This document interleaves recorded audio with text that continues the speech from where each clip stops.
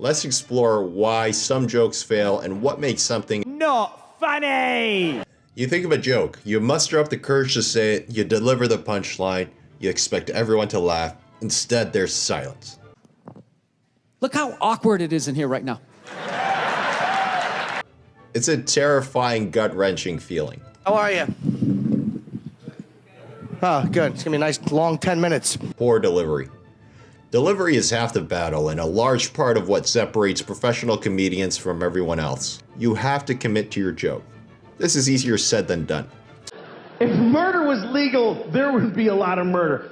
Children would behave very differently because mostly parents would be murdering their own kids. That's mostly what would happen. It's not easy to get over the nerves and tell the joke confidently with the self-conscious gaze of the audience.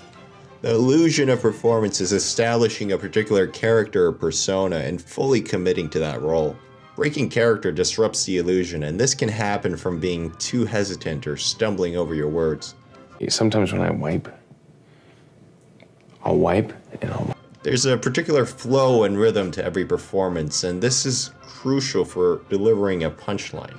5'2", 150 pounds, 155 after The Rock finishes, but... A professional comedian's delivery is one of the skills that are honed, and this is done through repetition and exposure. Rehearse the shit out of it because you're going to get frazzled up there. Everybody thinks, oh, this is good material. But you also forget about the other part of delivering it, having confidence, being likable, having timing, having a cadence, figuring out who you are, figuring out what the audience thinks you are or how they perceive you. Often this is achieved by brute force and spending lots of time on stage to make the contrived environment of being in front of a stage feel natural. The aim is to overcome the barriers of nervousness and to build confidence in telling a joke. You can use ours. Why can't we use yours? The only thing I ever hear is, well, you pee on the seat. Do we? I don't. I don't pee on the seat. If you live with someone that pees on the seat, it's because they hate your fucking guts. Another effect of this is slowly developing a comedic voice or persona or ethos or a character from which the joke is delivered. This can be deadpan, over the top, blue collar, or any exaggerated way of conveying a joke. Do you know this guy? And everyone's like, nah. But then one guy will be like, yeah! That's Cricket right there! You're like, oh shit. You know him? I've been knowing Cricket 27 years! What's his real name? Man, that's just Cricket. I don't even know. The delivery of a joke can be awkward and still work as long as it's consistent with the personality of the comedian. This is where authenticity comes in. The audience is intelligent. The audience is well aware if you're being disingenuous or nervous, and like a key that is flat or playing the wrong note, they notice immediately.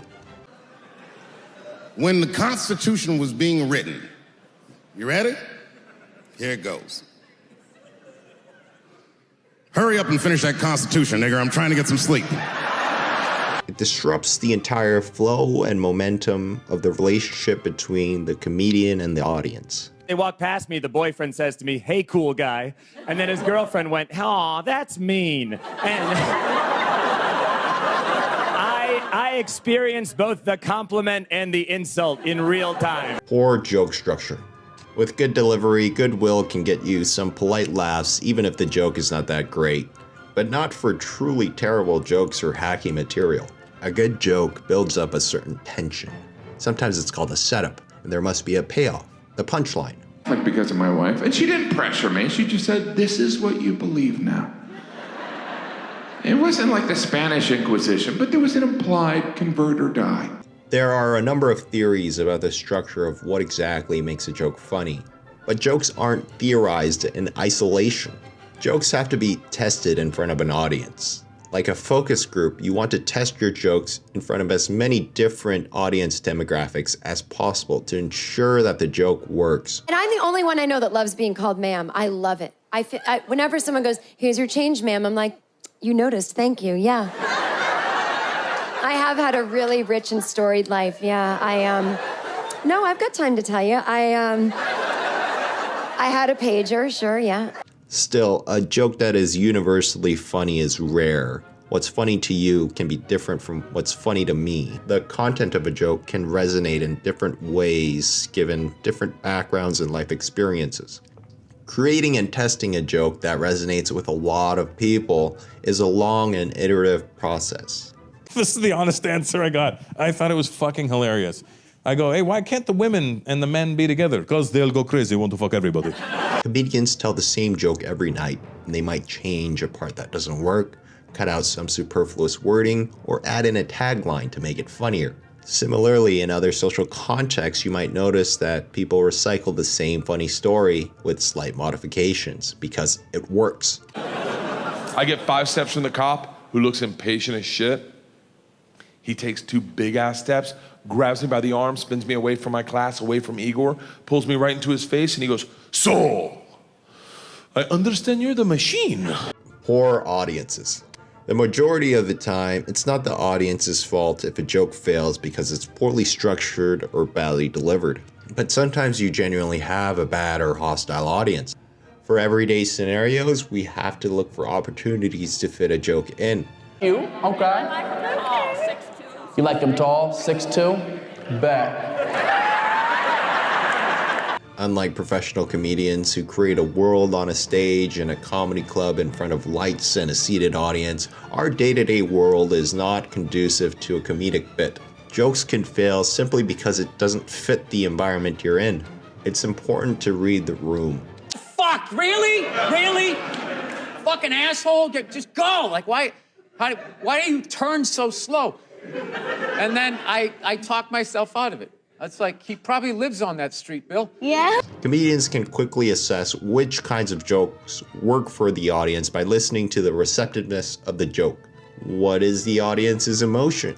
For example, you probably shouldn't tell a vulgar joke at a work meeting. Because you can go up there and say all this, but they go, why is the guy, he's clearly gay. Why is he acting like he's not gay? You know, that's all now they're not listening to the joke. So like, you got to know how you look. And it's just repetition, and bombing is not failure. That's what you got to remember. Now, people spend their entire lives mastering comedy. The feeling of bombing before a crowd, the awkward silence after cracking a joke or eliciting no or the wrong reaction from someone can be one of the worst feelings in the world. But there's something noble about it. You took a risk and you failed. You made the attempt. If you keep trying, you will get better. What the fuck? Jesus Christ! Digimon, digital monsters, Digimon are the champions.